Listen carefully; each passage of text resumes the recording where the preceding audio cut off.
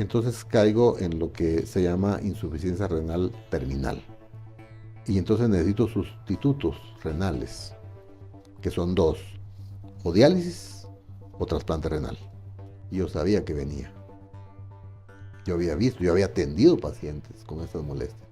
Entonces uno tiene que sacar todas las armas que ha acumulado en el camino Ujú. para ser resiliente.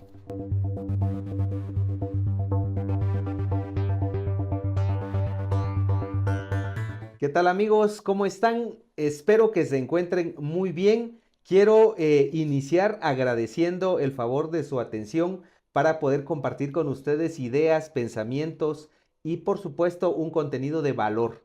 Quiero comenzar hoy regalando una frase, subrayando una frase que esta semana precisamente fue el centro de mi columna de opinión y me refiero a Robin Sharma, el autor del Club de las 5 de la mañana, cuando dice que todo lo que hacemos, oigan esto, todo lo que hacemos, trabajo, deporte, entretenimiento, relaciones, todo, podemos elevarlo a la categoría de arte. ¿Qué significa esto? Que lo tenemos que hacer de una manera admirable, de una manera que llame la atención. Así que creo que todos estamos llamados a hacer las cosas de una manera especial y elevarlo, como dice este autor, a la categoría de arte. Bienvenidos, gracias por estar con nosotros en este episodio de entrevista y poder compartir con ustedes perfiles interesantes con criterios, con experiencias y sobre todo con vivencias que nos pueden ayudar a caminar de mejor manera. Así que tengo un gran gusto de presentarles a ustedes a un médico de profesión,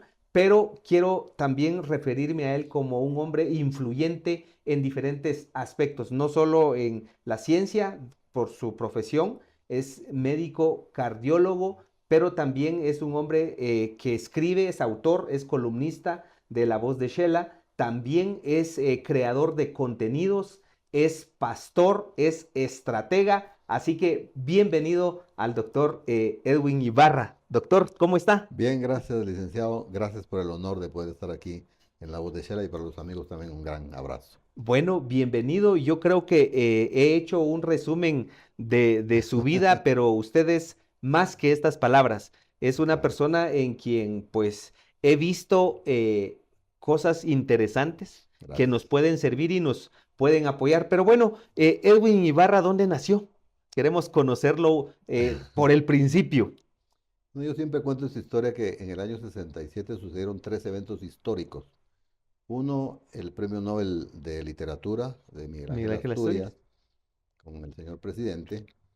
El otro fue la muerte del Che Guevara, que fue y ha sido un ícono para Latinoamérica, y nací yo.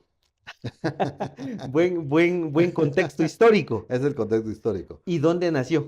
Yo nací, mis padres trabajaban en La Gomera Escuintla, parcelamiento de los Chatos, en finca El Porvenir para ser exactos, pero migramos a Tiquizate Escuintla, a una aldea que se llama Ticanlú, que era la última finca de la United Fruit Company, que fue comprada por personas que trabajaban y se fundó esa aldea con 64 familias, entre las cuales está uno de mis tíos, fue el fundador, uno de los fundadores.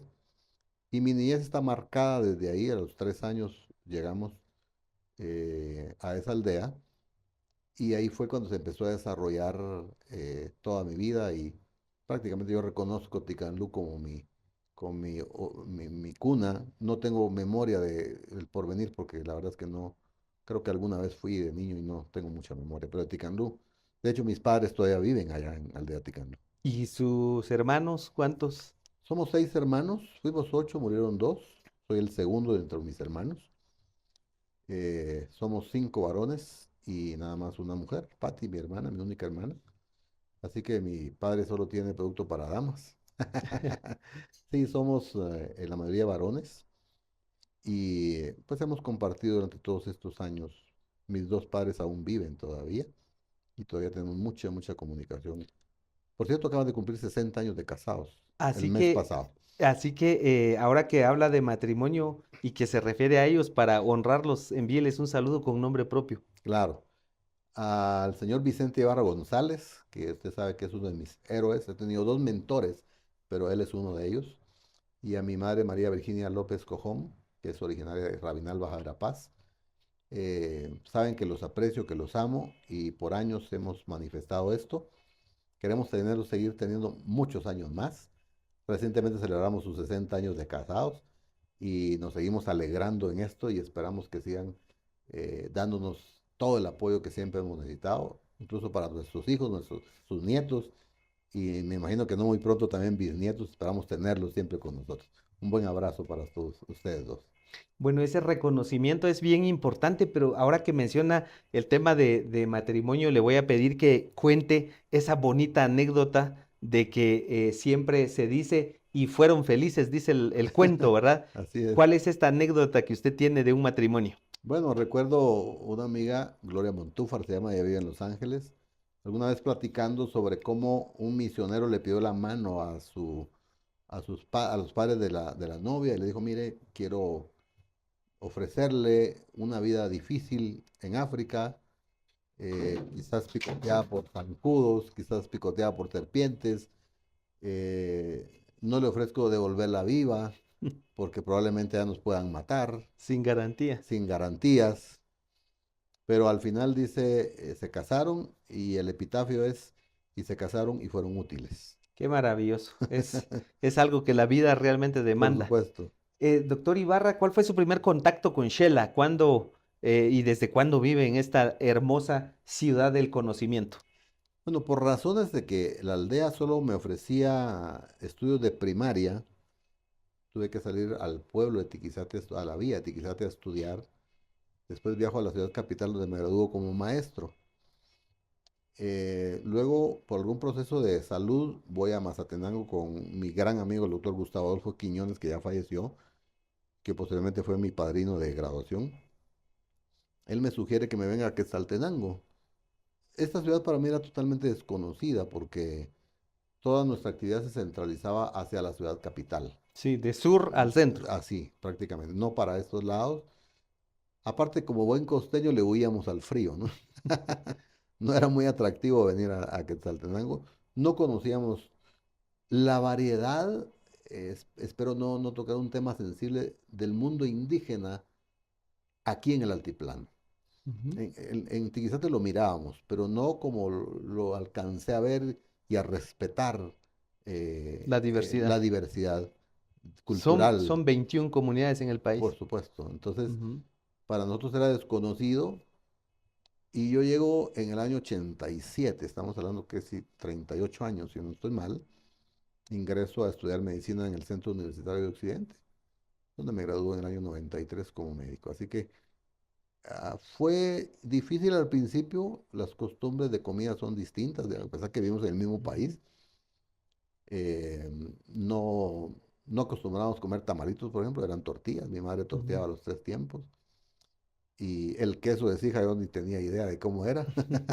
¿Le gusta? Me encanta. Ahora me encanta, antes no lo conocía. ¿Cuál, aparte del queso de sija, qué otra cosa es indispensable en lo que, en esos antojos, pero como de hogar o cuál es lo que le gusta a ¿Se usted? refiere aquí a Quetzaltenango? O de su Bueno, en vida, de general, lo personal. bueno, mi madre hacía queso todos los días. Mis padres tenían ganado. Hacía Ujú, crema y requesón. Y tortillas recién salidas del comal. Así ujú. que era una vida de campo muy linda. Excepcional. Yo siempre cuento la historia de que donde yo crecí habían como unos 15 árboles frutales alrededor. Yo les decía, pobre no fui, plata no tuve, Mm. pero recursos para comer. Teníamos el mar a 3 kilómetros, el río a 2 kilómetros.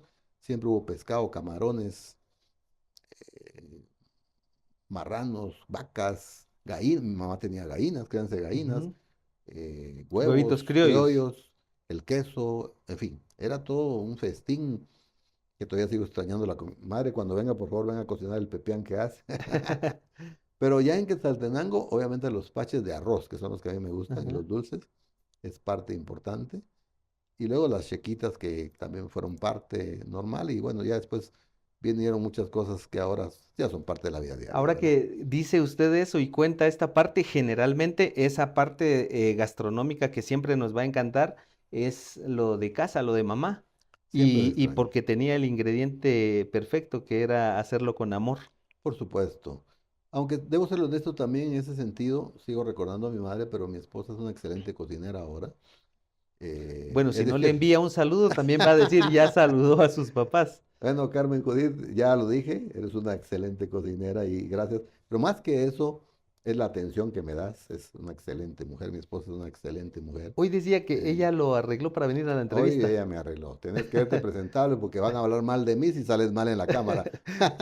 Qué fabuloso tener esa convivencia. Bueno, viene a Quetzaltenango a estudiar medicina, pues con lo que nos comparte fue escuchando el consejo de alguien. ¿Cómo uno debe de... Usted escuchó el consejo de un médico que le dijo, si vas a estudiar medicina, hacelo en Shela. Ujú. Y uno recibe muchas cosas, muchos consejos, muchas informaciones a lo largo de la vida. ¿Cómo saber escoger las perlas de todo lo que uno escucha? Bueno, yo creo que depende mucho el trasfondo paternal que uno traiga. Ujú, Yo tengo dos excelentes consejeros, mi padre y mi madre, y tenía muy definido el camino que yo quería tomar. El doctor Quiñones, cuando me comenta esto, mira, que Saltenango tiene todo, ya no necesitas irte a la capital. Y fue para mí un reto, la verdad. Un reto que, bueno, vamos a enfrentar que Saltenango no conozco. Y yo creo, yo siempre le llamo a esto las conexiones divinas. Yo he promulgado siempre que Dios siempre conecta a la gente, que a veces no estemos nosotros en disposición de escuchar o estamos distraídos, que creo que es donde cometemos errores y debo confesar que yo he cometido muchos por no escuchar ujú. ese tipo de consejos. Pero el consejo de Gustavo Quiñones para mí fue determinante. El apoyo de mi padre, particularmente en ese sentido de mi padre, fue determinante. Mi padre acababa de salir de una cirugía de ojos donde él perdió uno de sus ojos. Y en ese año previo yo me había quedado a cargo de los negocios de casa porque él estuvo 3 meses fuera. Mi hermano mayor ya estudiaba en la capital, así que yo era el segundo. Ese año yo había estado en México por 4 meses queriendo entrar a la UNAM en la Ciudad de México, que no se pudo. Me regreso en el mes de abril y mi padre se opera en agosto y en ese año fue que sucede ese accidente. Y cuando mi sueño era, yo era maestro, yo dije, plano, pues me quedo como maestro, consigo una plaza y ahí murió. Y ahí era el pensamiento limitante muchas Ujú. veces no deja ver más allá. Y cuando le digo a mi papá, mire, yo creo que no voy a estudiar porque yo sabía cómo estaba la economía en ese momento. Yo tuve que entrar al negocio que ellos tenían sin conocer, aunque ya me movía en eso, la capacidad negociadora no la tenía. ¿Qué vendía? Farmacia, mi padre tiene farmacia Ujú. y él siembra plátanos. Entonces él me dice una frase y me dice, su trabajo es estudiar, el mío es la economía. Usted hágase cargo de lo que tiene que Ujú. hacer y yo me voy a hacer cargo de lo que tengo que hacer. Entonces, cuando yo vengo aquí al Centro Universitario de Occidente, vengo con esa convicción. Yo recordaba a mi padre cada vez que me enfrentaba a un examen, cada vez que tenía que estudiar, al punto que pues nunca perdí ningún curso en toda la carrera y me gradué en el tiempo reglamentario. Tenía muy claro a qué venía. ¿Y cómo encontrar esa claridad, principalmente porque está hablando de una edad de joven, 18 años, 18 años? llegué a ¿Cómo los 18 encontrar años. y ayudar a los jóvenes a encontrar claridad oportunamente? Porque muchas personas pueden ir a darse una vuelta, pérdida de tiempo, de recursos, Ujú. buscando esa claridad y finalmente encuentran esa claridad. Hay quienes de repente no, pero muchos terminan encontrando esa claridad. Pero para ahorrarse eso, ¿Con quién se relaciona? ¿con quién? Yo creo que eso es determinante. Ajá. ¿Con quién uno se relaciona? Yo conocí al pastor Efraín Abrar, que ahora ya descansa en los brazos del Señor, y él ha sido mi segundo mentor de vida. Ujú. Y ¿Dónde lo conoció? en ¿Ya Iglesia acá? Betania, sí, ¿Ya ya. acá en Bueno, Quetzaltenango? lo conocía ya por las prédicas en radio, pero obviamente cuando yo vengo acá, termino congregándome ahí. Desde ese año hasta el día de hoy sigo ahí. Y aunque él hacía mentoría en las prédicas, tuve la oportunidad de estar muy cerca con pláticas personales ya hace muchos años. Desayunábamos a veces los domingos ahí a la par de él y yo siempre tenía un par de preguntas así determinantes de vida Ujú. y yo siempre honraré su vida hasta morir porque creo que él fue uno de los que aquí en Quetzaltenango, debe recordar usted que esa época los teléfonos celulares no existían todavía. Yo no tenía cómo comunicarme con mis padres. Era la convicción que traía de ellos, más lo que fui agarrando acá con todos los que me relacionaba. La confianza de estar lejos, sin Por su- comunicación. de hecho, entonces, cuando me empiezo a relacionar en este mundo, empiezo a conocer gente, siempre me relacioné mucho con gente más adulta que yo. Creo que eso determina mucho. Y entonces los consejos se fueron afianzando y cuando no atendí esos consejos, dicho en buen chapín, me fue de la patada en algunas Ujú. cosas, ¿no? Porque Sí. obviamente uno sigue cometiendo errores en la vida, ¿no? Por eso a él lo sigo extrañando mucho porque me hace falta otro mentor de esa calidad que yo tuve con él, ¿no? Usted es actualmente pues un mentor de muchas personas, pero ¿cómo identificar a un mentor? ¿Cómo empezar a tener a un mentor? Yo he escuchado de personas que dicen, no tengo la suerte de tener un mentor, no ha buscado un mentor. Yo creo que hay que ver la vida personal, hay que ver la vida y hay que ver frutos. La palabra de Dios dice, por sus frutos los conoceréis. Y entonces creo que uno debe hacer como tal vez no se oiga muy bien lo que voy a decir, una investigación de mercado, llamémosle, hablando en Ujú. términos mercadológicos, y escuchar los pensamientos de las personas. ¿A quién me asomo más? ¿A quién? Si yo quiero oír un pensamiento financiero, pues busco a alguien que domine ese tema. Ujú. Si yo quiero buscar a alguien que me hable sobre deportes, si me interesara el deporte particularmente en algo, yo busco una persona. O ahora tenemos muchos tutoriales también, porque eso hay que también Sí, la vida considerar. digital Por ejemplo, yo me pude certificar con John Maxwell de coach. de coach. Yo tomé la certificación hace el año 2020, que vale en plena pandemia.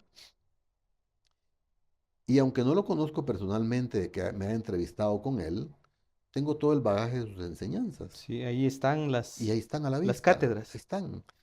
Entonces yo creo que, pero a nivel personal, no es tan fácil, licenciado, encontrar un mentor en donde uno pueda guiarse y depositar cierto grado de confianza. Y que la otra parte quiera ser mentor también. También, también. Y ahí tal vez uno de los aspectos en la mentoría que yo siempre agradezco y es la discreción. Ujú. Cuando usted abre su corazón con una persona, usted espera que esos secretos, dudas, queden ahí. Y si son cosas íntimas, personales, que no salgan. Yo tuve un par de malas experiencias con algunos mentores que los sigo respetando porque, si bien es cierto, en esa vez fueron errores de ellos conmigo, ellos siempre tienen mucha influencia todavía el día de hoy, pero cometieron algunas falta de discreción y entonces eso me frenó.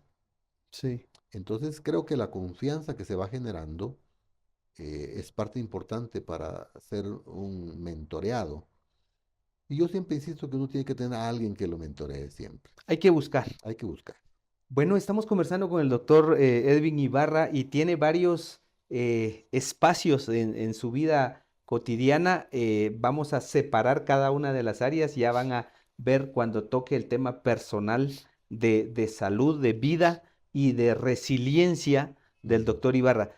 Bueno, en el ámbito médico se gradúa de médico general y luego, ¿qué más estudia? Bueno, hago una maestría en medicina interna y en el año 96, aquí en Quetzaltenango, en el Hospital Regional, se inaugura el programa oficial ya de la Universidad de San Carlos de Guatemala para varias especialidades, incluyendo pediatría, cirugía, traumatología, ginecología y medicina interna.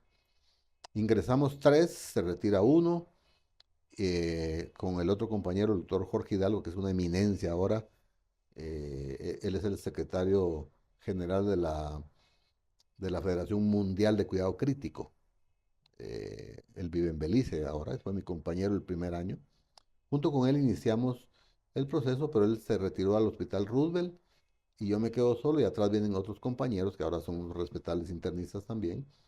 Y de esta forma me convierto en el primer internista egresado de aquí, de este programa oficial, ya que se inauguró en el 96. Pero creo que también tengo que honrar a otro mentor ahí, hablando de mentores, Ujú. y es el maestro, el doctor Jaime Roberto Arriola Ruiz.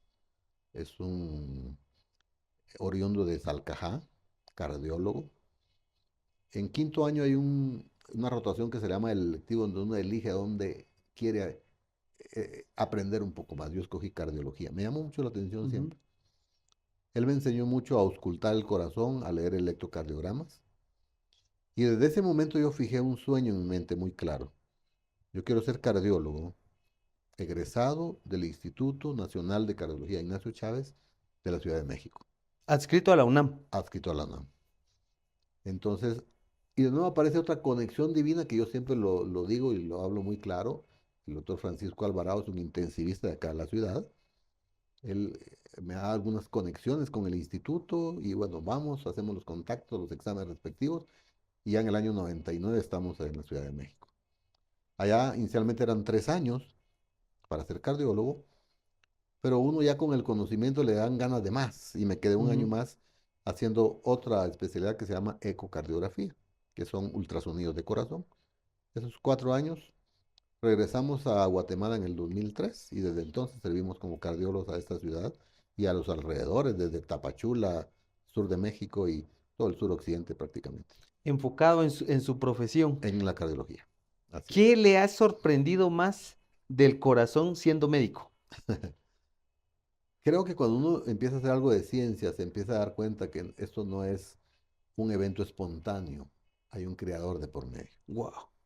Y de hecho, Hay un creador de por medio. la parte científica últimamente se ha estado más aproximando al eco de la creación que al eco de la generación espontánea.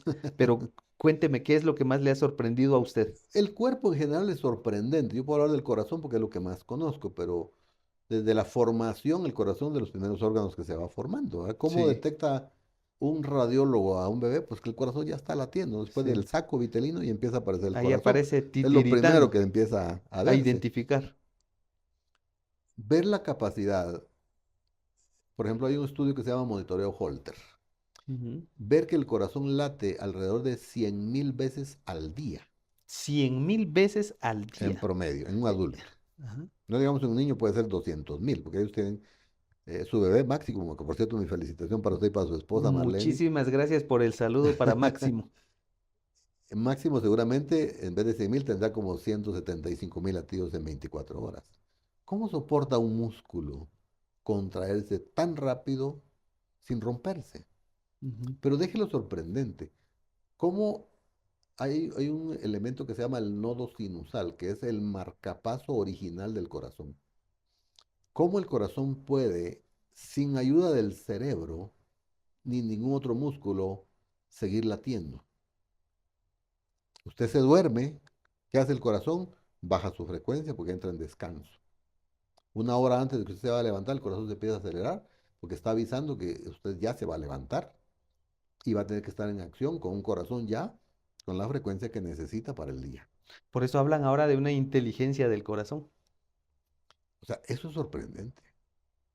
Y Tener, y muchas veces, doctor, no nos damos cuenta de lo maravilloso que finalmente es somos. más, usted ni siente el corazón. Estamos aquí platicando, yo no siento el latido en mi corazón. Lo Sí, siente uno cuando está muy taquicárdico o corrió y el corazón está latiendo y se siente, pero normalmente no se siente el corazón. sí. Una máquina tan silenciosa que puede dar no solo la parte muscular, las válvulas que tiene, todas las ideas de los carros nacieron del corazón. El motor tiene válvulas, tiene mangueras, llamémosle, de todo Ujú. el árbol arterial venoso. Y cómo, sin su permiso, él sigue trabajando. Incluso como un paciente con muerte cerebral, el corazón sigue trabajando. ¿Por qué? ¿Por explosión, Big Bang y todo lo demás? No, hay un creador, Hay un creador. hay un creador. Bueno, doctor Ibarra, usted divide sus actividades personales y actividades de productividad para esa categoría del arte en diferentes cosas. A qué más se dedica? Usted es pastor de un área específica que es la parte de apoyar el desarrollo espiritual de los empresarios desde la Iglesia Betania. También es coach, es conferencista, eh, ahora también es columnista, hace un abanico de actividades. ¿Cuál es su estrategia para dividir su tiempo? Bueno, otra de las actividades académicas que ejerzo es la docencia. Tengo 22 años de ser catedrático o profesor titular en el Centro Universitario de Occidente Hasta hoy. hasta hoy, hasta el día de hoy. ¿Cuántos médicos han pasado por usted? Hablando de estudiantes, Bueno, yo calculo que más de 2000 más de dos en mil. estos 20 años. La verdad no me Ujú. he tenido que hacer un cálculo, pero más o Aproximado. menos de 2000. Ha formado a 2000 He nuevos sido médicos. parte de, digamos, Ajá, de parte del lo que a proceso. mí me corresponde, ¿verdad? Porque Ujú, obviamente que formación de un médico incluye muchos colegas que en sus áreas respectivas participan también en esto. En la parte mía ha sido mucho de la formación humanitaria, por lo que ya más adelante vamos a platicar de mi salud, por el amor a Dios que tengo y porque creo que formar médicos no es solo darles conceptos, sino darles vida también, ujú, de alguna manera. ¿Va? Yo empiezo siempre, mi primera clase que doy, repito el proverbio, sobre toda cosa guarda, guarda tu corazón porque él mana la vida. Y yo les digo, si bien es cierto que hay que cuidar el corazón físico, también está hablando del alma. ujú, Un médico o X profesional de cualquier profesión, con el alma enferma, su atención no va a ser la mejor. No va a empatizar con la persona a la que tiene que servir, a la que le está pagando sus servicios. ujú, Y tiene que haber un grado de empatía para, porque si hablamos de medicina en general, la gente ya va enferma, ya va preocupada y necesita un profesional, en el caso de la salud o en el caso de cualquier otro problema, que tenga la empatía suficiente para escuchar. ujú, Yo siempre de manera de broma digo que a mí me aman mucho las mujeres porque los cardiólogos somos buenos escuchadores, buenos oidores, ujú, porque pues usamos el estetoscopio, sabemos usarlo y como muchos colegas por supuesto, pero una de las cualidades de todo profesional en general es saber escuchar. Creo que es parte de lo que transmitimos en eso. Sé que la docencia ha sido parte importante. eh, Otro de los emprendimientos que hemos tenido, tenemos una plataforma de cursos virtuales de electrocardiografía que pues los extendemos a toda Latinoamérica, donde hay estudiantes que se benefician también, obviamente tiene un costo de aprender lo que es el arte de la electrocardiografía básica y avanzada, en, haciéndolo de manera práctica, poniéndome en el lugar, lo que a mí me costó aprender, pues ujú. he tratado de hacerlo lo más sencillo, ¿no? Esa parte profesional me encanta, ¿no? La parte de docencia. Bueno, ahora que encuentro la oportunidad de conversar con un cardiólogo, pero también conocedor de otros ámbitos del conocimiento, como es la parte espiritual, eh, está el corazón, dónde está alojada el alma y dónde está el espíritu. Esas siempre son cosas complejas. Pero El su, apóstol su Pablo explicación básica, ¿cuál podría ser? son los pensamientos. El alma son los pensamientos, los sentimientos y las emociones. Que lo sentimos en el corazón porque es donde uno, las mariposas se sienten aquí, ¿verdad? Sí. Ujú, Uno se alegra, el corazón se acelera. Hay un concepto muy conocido en nuestro medio que es que barriga llena, corazón contento, ¿no? Se comió, se siente satisfecho, le gustó la comida y el corazón se acelera. Obviamente hay un proceso biológico, está ejerciendo el proceso de descomposición de los alimentos, la digestión. Pero cuando la Biblia habla mucho sobre el alma y el espíritu, en realidad, algunos autores teológicos dicen que el espíritu está en esta zona. Es donde uno siente a veces el dolor cuando pasa alguna situación. Pero yo enfatizo mucho que está alojado en los pensamientos, emociones y la voluntad del ser humano, que es donde se decía, cuando la Biblia habla, cuida tu corazón, no está refiriendo a este órgano, sino cuida tu calidad de pensamiento. ujú. Porque si lo vemos, por ejemplo, en las emociones, hay un libro que se llama, que me encanta, Las emociones que matan. Que por cierto, hay tres emociones ya documentadas que pueden llevar a un paciente a un infarto. Una de ellas ¿Cuáles es son? el estrés, la ira o el enojo y la depresión. Hay Esas, que tirar esos esas sentimientos. tres emociones directamente relacionadas con eso. 40% de los pacientes que se han infartado estaban enojados en el momento de infartarse. Wow. Y si les sirve un dato a los futboleros de Quetzaltenango, A los superchivos. a los superchivos, en Alemania en el 2006, cuando fue el campeonato mundial en Alemania, y jugaba Alemania, el número de infartos se incrementaba cuando jugaba Alemania. Perdiera o ganara.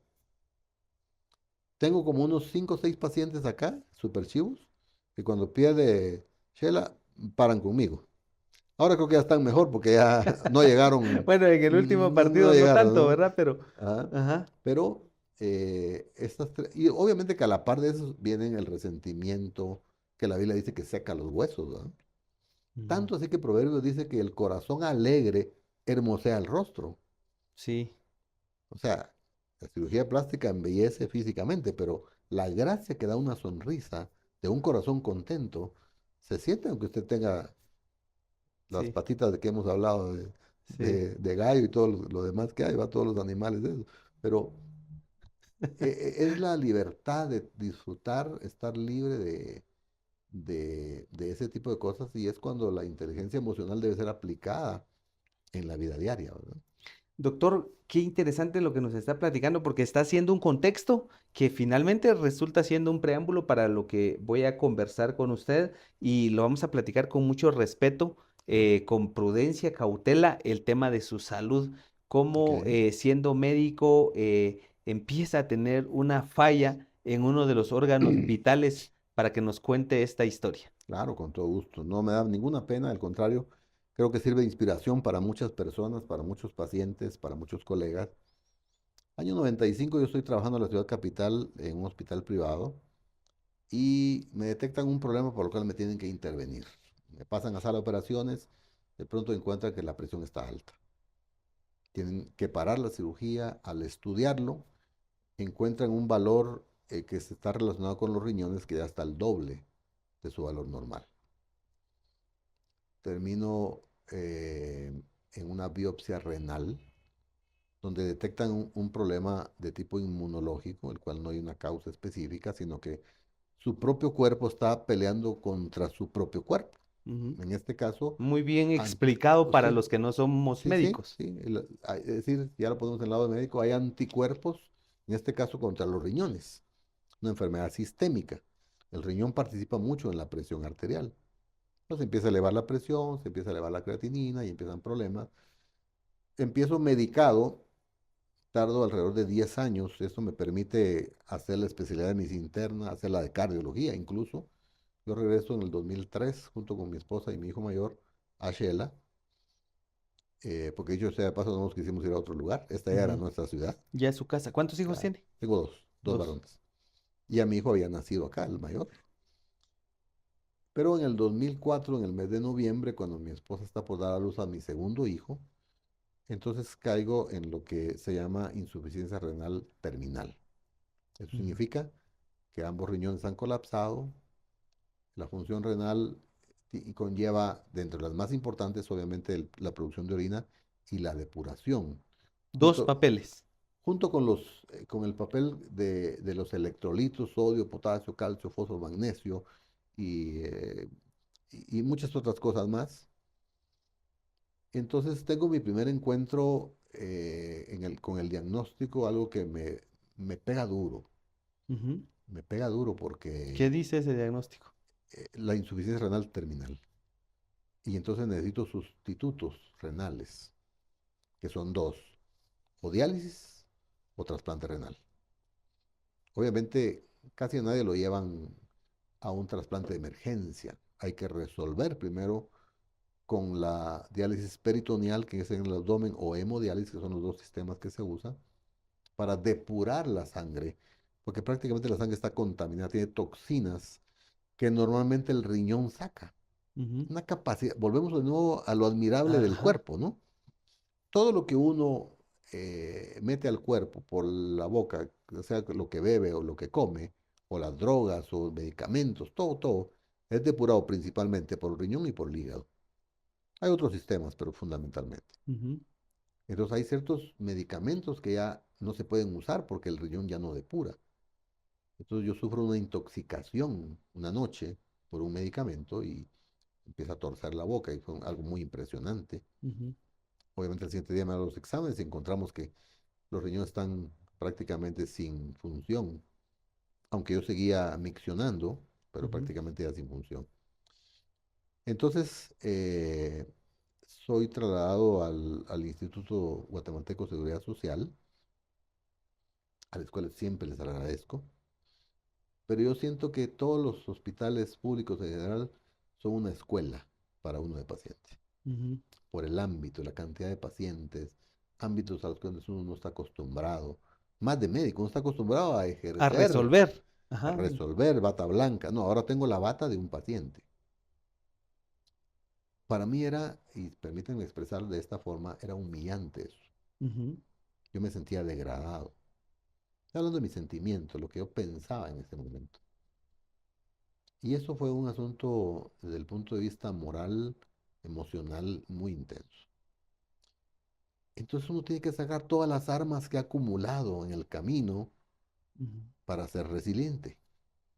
Entonces vienen los consejos de mi padre, yo recibo la noticia y mi hermano me dice, ¿qué se preocupa? Yo le voy a donar. Yo no, nunca le pedí a mis hermanos que me donaran. Ellos se ofrecieron. Y bueno, la primera experiencia de edad espiritual para mí fue el primer procedimiento quirúrgico que he tenido. Déjame contarle que he tenido alrededor de 15 cirugías hasta el día de hoy. Ah, sí, ha tenido varias Después, sí, por todas las después. complicaciones que esto ha Ajá. generado y hasta hoy. Pero esa fue la primera cirugía. Para mí fue impactante eso. Empiezo a... Y mi bebé está por nacer. Mi segundo hijo, Marcos, Ujú, está por nacer. Eso fue en noviembre y mi hijo nació el 17 de diciembre. O sea, 3 semanas que me detectan eso, mi hijo nace. Entonces estamos con mi esposa. Una noche estamos solos. Yo estoy muy fatigado porque empiezo a juntar líquidos en el pulmón, empiezo a fatigar. Tengo que levantarle a mi esposa, a mi bebé, para que ella le dé de lactar. Y solo ese acto de levantar me cansa mucho. ujú. Y pues obviamente pedimos ayuda. Uno de mis cuñados ha sido una mano derecha conmigo en ese sentido. Mis hermanos también y toda la familia de mi esposa y mi familia empezamos a dar vueltas. Y bueno, finalmente en mayo, 11 de mayo del 2005, se realiza el primer trasplante. Antes de ese primer trasplante, de por sí el proceso difícil, pero ¿qué fue lo más difícil? eh, ¿Cuál fue el momento más oscuro en este proceso? El diagnóstico, Ajá. porque yo daba clases y yo sabía que venía. Yo había visto, yo había atendido pacientes con estas molestias en mi práctica de residente de medicina interna. Yo había ayudado a dializar, había colocado catéteres. Yo sabía Ujú. lo que había que hacer en ese momento. Sí, porque muchos llegan en blanco a explorar y a enfrentar el proceso, pero lo conocía. A veces es mejor. Ajá, exacto. No sé, Desconocer en algún momento en es algún mejor. momento dado, pero yo conocía el pronóstico. Y el contexto familiar y todo, y esa gran oportunidad de vida llega a través de la donación de De un un órgano, riñón de su hermano. de mi hermano, de mi tercer hermano, el que se sigue de mí.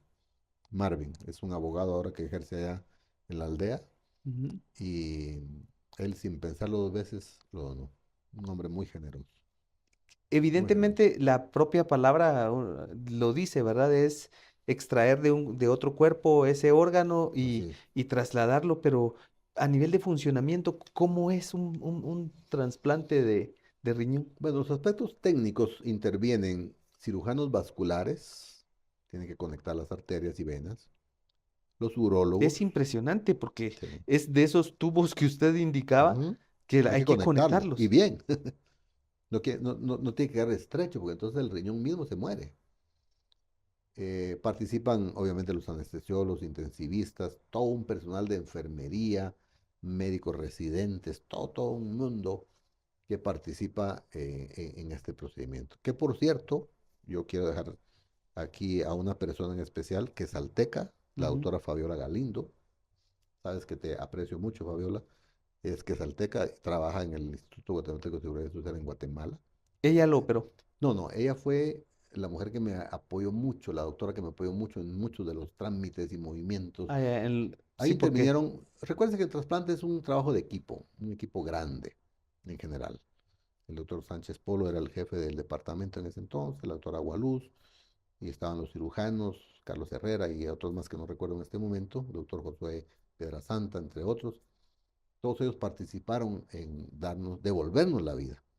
Prácticamente a mí me operan el 11, yo el 12 ya estaba levantado, ya prácticamente estaba orinando normal porque el ujú, riñón deja de producir orina en determinado momento por la falla que tiene, ¿no?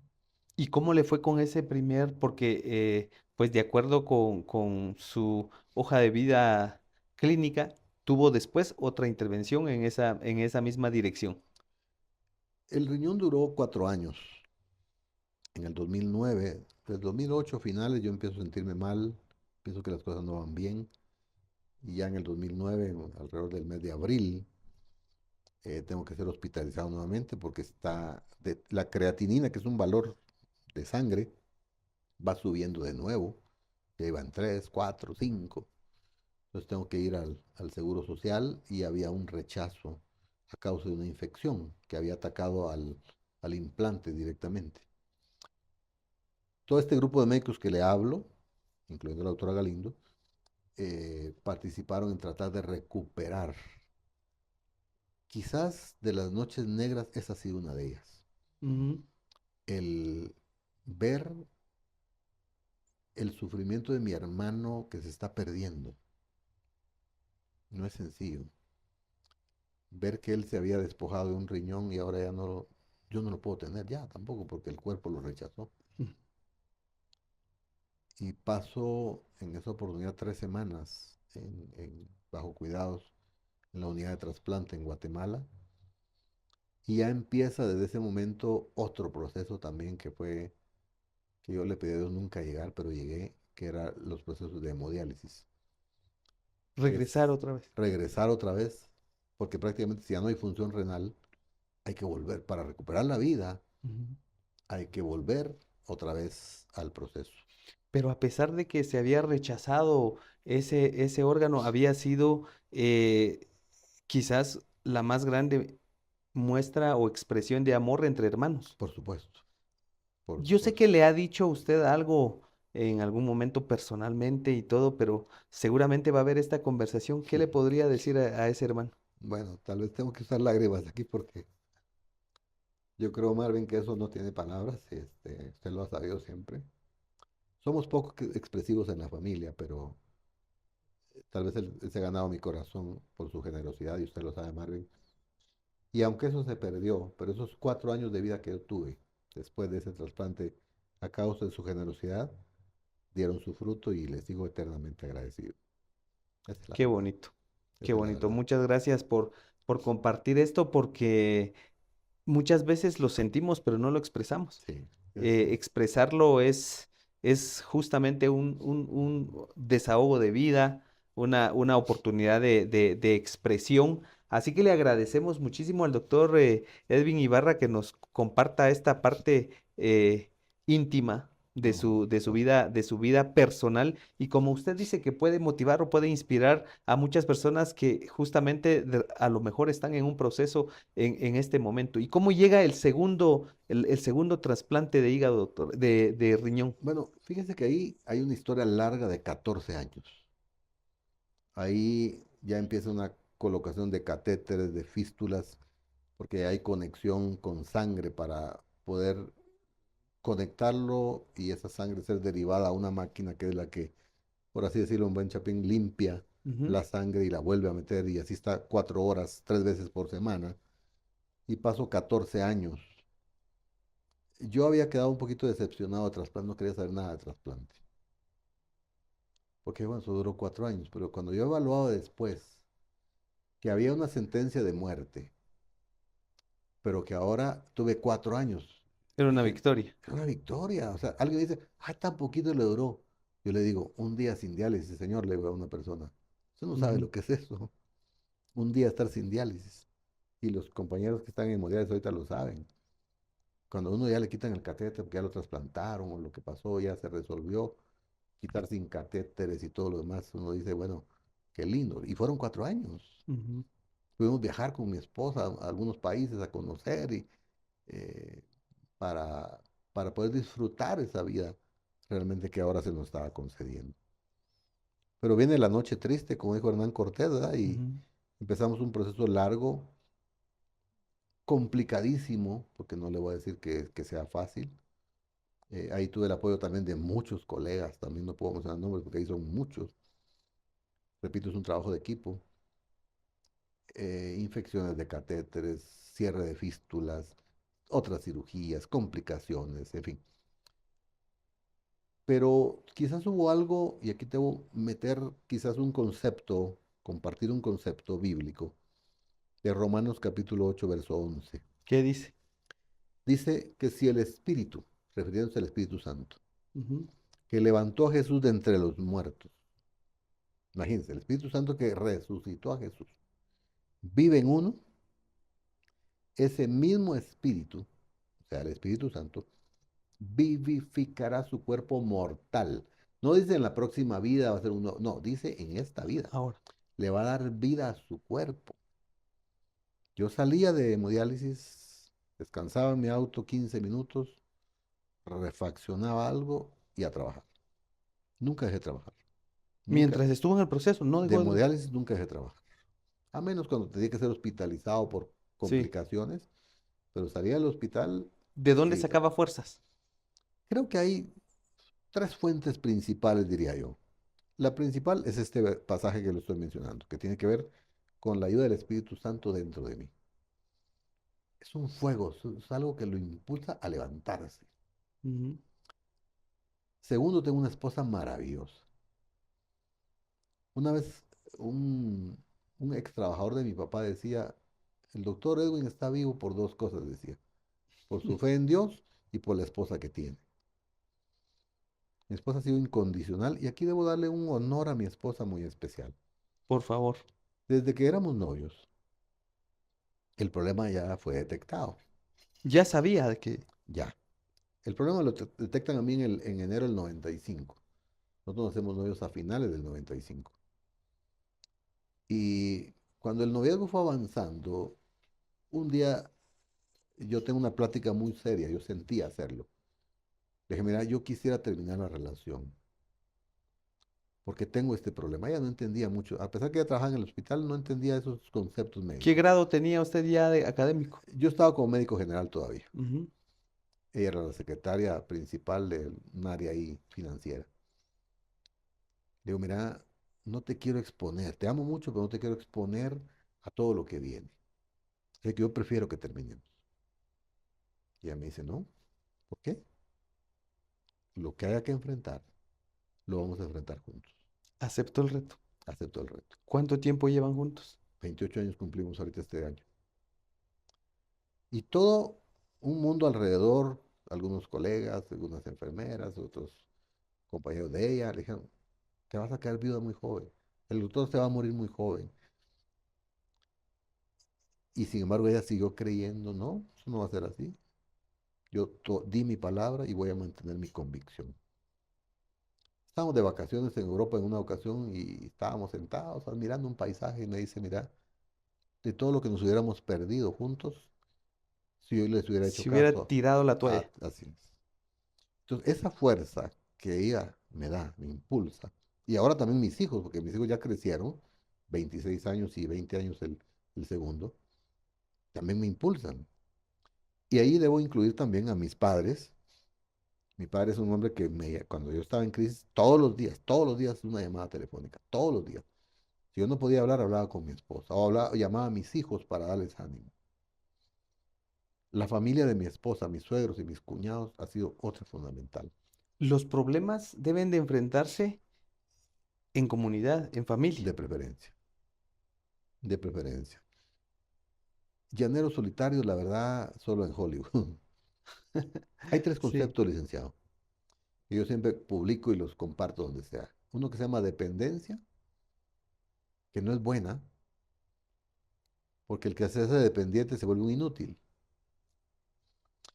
Hay otro que se llama independencia, que ese se vuelve orgulloso, porque cree El que no, extremo, lo opuesto. el extremo. Pero hay uno que se llama interdependencia. Usted tiene algo que yo no tengo. Yo no tengo un medio de comunicación como este. Yo me muevo en las redes sociales, pero no tengo este medio de comunicación. Usted sí. Y hoy yo vengo Bueno, de la comunidad. y yo vengo de alguna manera, y perdón si puedo usar esta palabra, estoy aprovechándome de lo que usted hizo. Es para esto. Pero yo tengo algo que usted no tiene. Ujú. Yo soy cardiólogo o Exacto. tengo otras cosas. Y el camarógrafo tiene otra cosa, el que nos está viendo tiene otras cosas que yo no tengo. Entonces, la comunidad debe ser interdependiente, pero las relaciones hay que fortalecerlas en el camino. Por eso hay que ser buenas personas, le iba a decir de alguna justamente, manera. Por para eso, que precisamente esas interrelaciones coincidan y sean por eso beneficiosas. Pablo dice, ¿ah? No se cansen de hacer el bien, porque a su tiempo segaremos si no nos cansamos.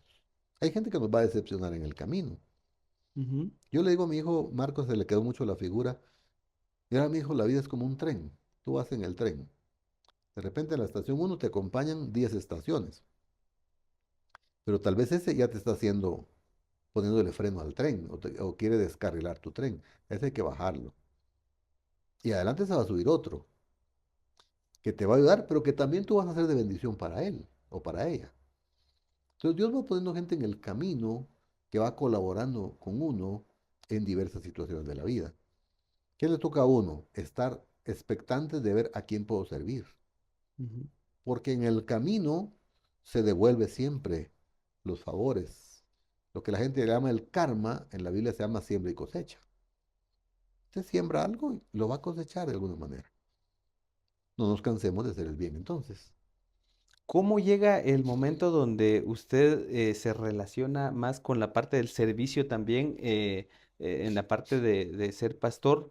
¿Y cómo se convierte en pastor? Es una historia muy interesante porque justamente el 2009, cuando fue el rechazo,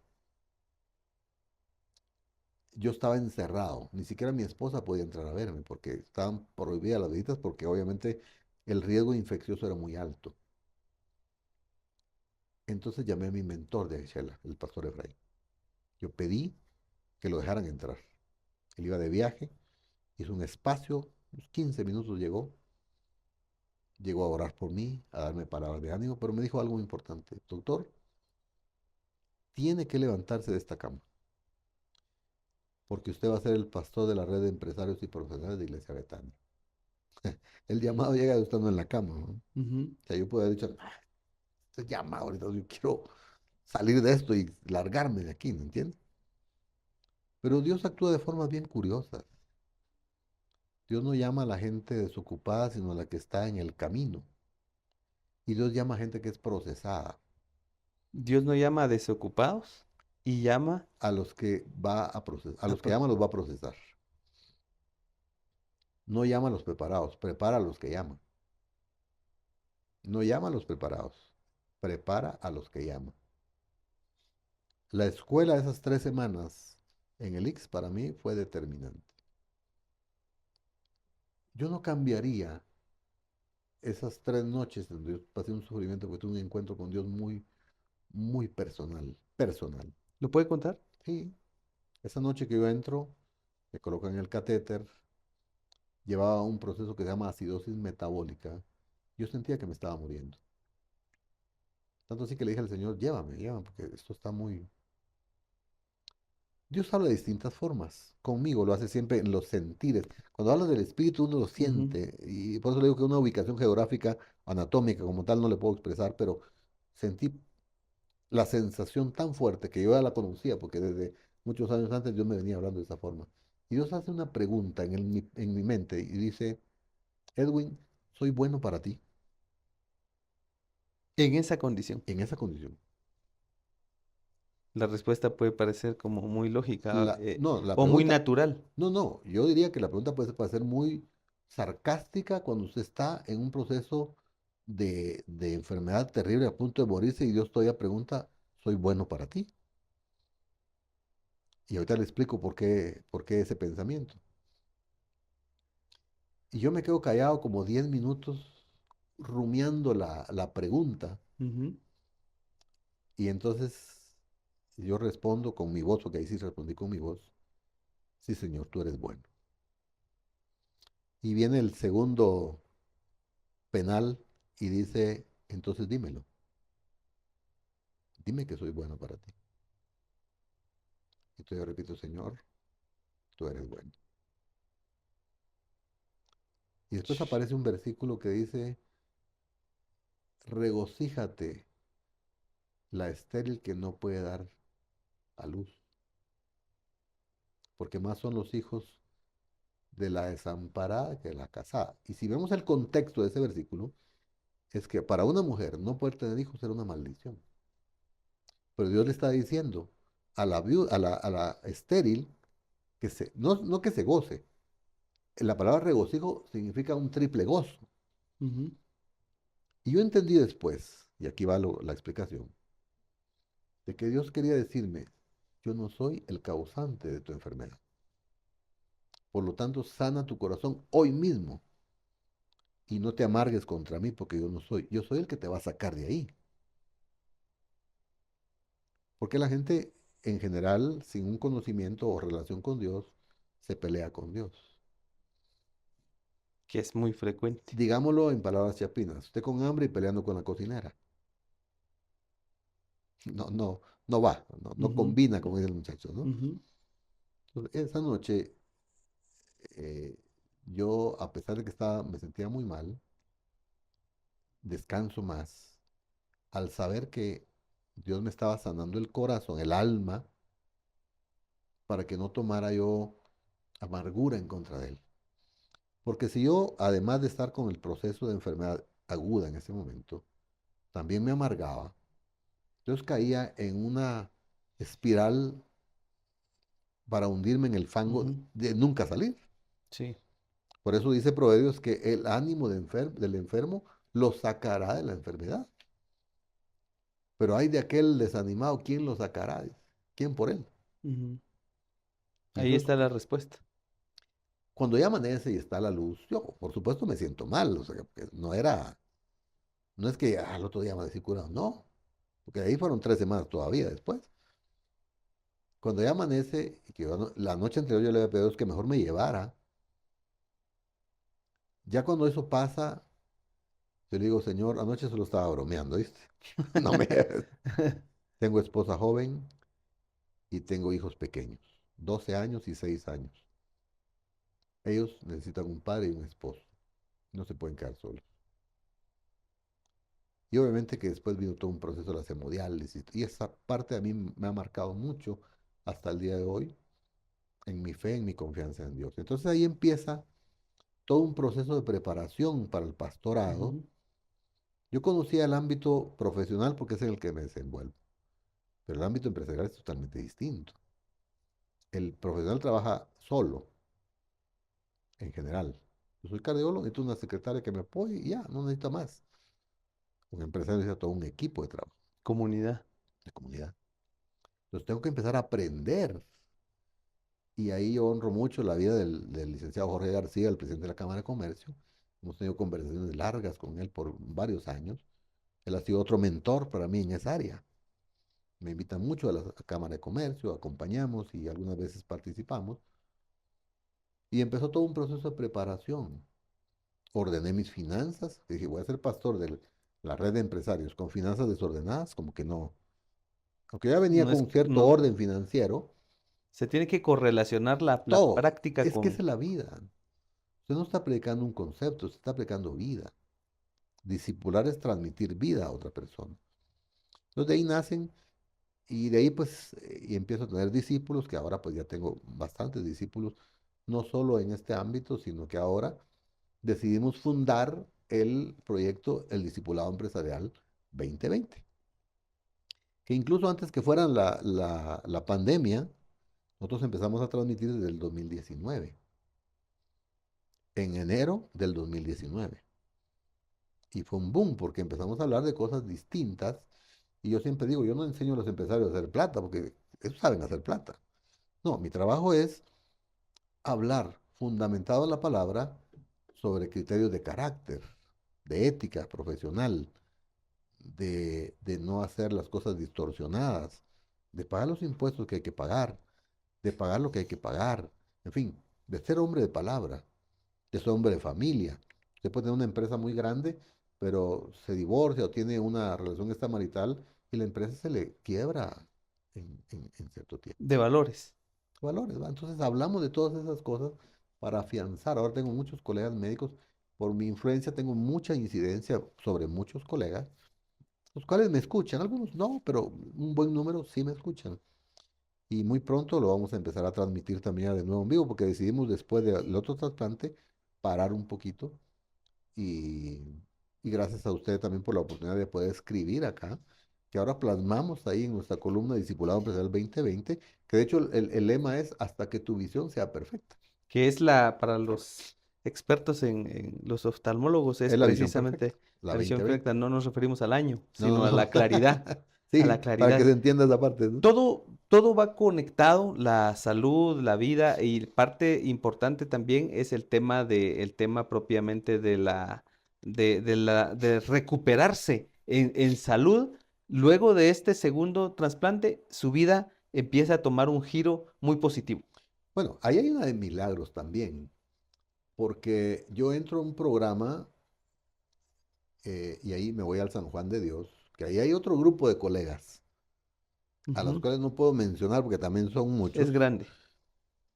pero debo resaltar al doctor Toledo, a su hija, la doctora Michelle Toledo, a- al doctor García Galón, que ha sido el cirujano que me ha operado muchas veces, pero hay una quesalteca ahí, la doctora Ada Chávez también, que por cierto no sé si va a regresar aquí a Quesaltenango.